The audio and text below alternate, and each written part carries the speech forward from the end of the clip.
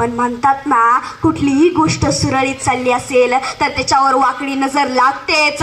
जे स्वराज्य एका हिऱ्यासारखं चमकत होतं, याच स्वराज्यावर ही हिऱ्यासारखी चमक एका सळईसारखी सळत होती. त्या बडी बेगमच्या डोळ्यामध्ये, त्या मुघलांमध्ये असणाऱ्या एका सरदारामध्ये त्याला प्रश्न पडू लागला, आखिर ये शिवाजी 16 साल की उम्र में तो ना किला कैसे जीत सकता है? आखिर ये शिवाजी इसके लिए मावले मरने और मारने के लिए कैसे तयार हो सकते? त्या बडी बेगमच्या डोक्यामध्ये, मनामध्ये या प्रश्नाचं वादळ तयार झालं आणि याच प्रश्नांची उत्तरं शोधण्यासाठी तिने मार्च 1659ला दरबार भरला. दरबारामध्ये धैर्य, धुरंधर, पराक्रमी, थोर, शूर, वीर सरदारांना आमंत्रित केलं गेलं. सगळीकडे गुजबुज सुरू झाली. आपल्याला इथं का बोलवलंय? कोणाला मनसबदारी मिळणार आहे का? किसी का सन्मान होणार आहे का? सगळीकडे ही चर्चा चालू होती. तेवढ्यात पुढे बडी बेगम आली. बडी बेगम तिच्या तख्तावर बसली. पुढे पानाचा विडा ठेवला गेला आणि कडाडली ती, आखिर इस दरबार में से कोई माइकलाल जो शिवाजी को हमारे सामने पेश कर सकता है? सनुबाई शिवाजी नाव ऐकून सगळ्यांच्या मनामध्ये थरकाप पडला.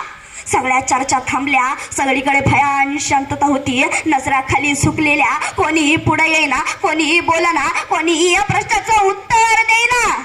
पुन्हा एकदा त्या बडी बेगमनी प्रश्न विचारला, आखिर इस दरबार में ऐसा कोई जो शिवाजी को हमारे सामने पेश कर सकता है, जिंदा या मुर्दा? त्याच वेळेस या शांततेला चिरत एक थिप्पाड माणसाच्या पावलांचा आवाज झाला. तो पुढे आला. त्याने पानाचा विडा उचलला आणि म्हणाला, मैं लाऊंगा उस शिवाजी को, और अगर मैं उस शिवाजी को आपके सामने नहीं ला पाया तो मैं आपको अपना मुंह नहीं दिखाऊंगा. असं म्हणत त्याने आपली तलवार म्यान केली. 40,000चं सैन्य घेतलं आणि निघाला स्वराज्याकडे. अख्ख्या बिजापूरमध्ये आनंद महोत्सव लागला. कारण स्वराज्याला संपवण्याची, शिवाजींना खत्म करण्याची जबाबदारी त्या माणसाने घेतली होती. अफगाण, तुर्किस्तान मधून आलेला लोखंडी पहाड जो आपल्या दोन्ही हातांनी वाकवतो, जो आपल्या बायकांना विहिरीमध्ये बुडवून मारतो, जो छत्रपती शिवाजी महाराजांचे थोरले बंधू संभाजींना दगा करून मारतो, असा हा मोहम्मद अफजल खान. हा अफजल खान निघाला जणू काय वादळ होतं. या वादळाची पहिली वीज चमकली तुळजापूरमध्ये, दुसरी चमकली पंढरपूरमध्ये. सगळीकडे नाच धूस झाली. स्त्रियांना हत्तीच्या अंबाऱ्यावर घेऊन जाऊ लागले. शेतकऱ्यांची पिकं उद्ध्वस्त झाली. देवदेवतांची मूर्त्या उद्ध्वस्त होऊ लागल्या. आणि याच जे अन्यायाच्या अंधकारामधून बाहेर पडून त्या आशेचा एक न्यायाची किरण उगवली होती. जो अन्यायाचा सूर्य उगवला होता, त्याच्यावर जणू काही या वादळाचं एक ग्रहण लागू लागलं होतं. त्या अफजल खानाने आपला तळ वाईमध्ये ठोकला. पण त्याने पहिलं महाराजांवर हमले का नाही केले?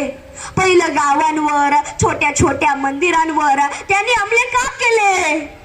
कारण त्याला सुद्धा ठाऊक होतं की आपल्याला या मावळ्यांसोबत सह्याद्रीच्या दऱ्याखोऱ्यांमध्ये लढता येणार नाही. कारण सह्याद्रीच्या दऱ्याखोऱ्यांमध्ये फक्त 3 गोष्टी घुसू शकतात. पहिला म्हणजे वाघ, दुसरा म्हणजे वारा आणि तिसरा म्हणजे मावळा. चौथ्याला जागा नाही. म्हणून त्या अफजल खानाने पहिलं महाराजांवर हमला करण्याच्या ऐवजी गावागावांवर हमले केले. म्हणजे तो शिवाजी वरतून खाली येईल, त्याचं 20,000चं सैन्य, आपलं 40,000चं सैन्य, आपण त्याला हरवू आणि मग तो शिवाजी काहीच करू शकत नाही असं त्याला वाटत होतं. पण छत्रपती शिवाजी महाराजांना याची बातमी आधीच कळाली. महाराजांना त्यांच्या गुप्तहेरांकडून बातमी कळाली. हा अफजल खानाने वाईमध्ये तळ ठोकलाय. अफजल खान आता आपल्यावर कधी हमला करू शकतो, ही सगळी बातमी महाराजांना कळाली.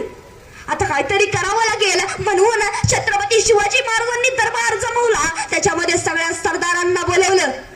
सरदार पोचले. तानाजी मालुसरे म्हणतात, राज तो अफजल खान आता स्वराज्याच्या मुंडक्याचा घोट घेणार.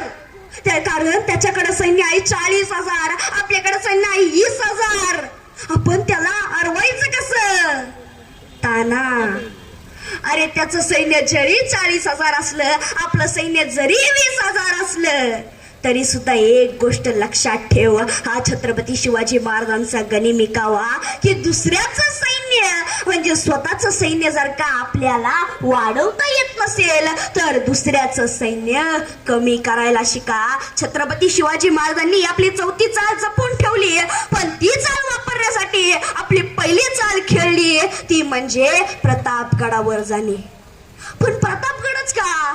बाजूला पांडवगड होता, सज्जनगड होता, कमलगड होता, तरी सुद्धा महाराजांनी प्रतापगड निवडला. कारण जर का त्या अफजलखानाच्या अंगासारखा ती पावनगडावा असेल, जर का त्या अफजलखानाचा हरवायचा असेल, तर तो गड म्हणजे प्रतापगड, ज्याच्या पायथ्याशी गंधार झाडी, जिथं सूर्याची किरण सुद्धा टेकत नाही, तो गड म्हणजे प्रतापगड. जिथं वाऱ्याला सुद्धा परवानगी घेऊन घुसावं लागतं, तो गड म्हणजे प्रतापगड. म्हणून महाराजांनी प्रतापगडाची निवड केली.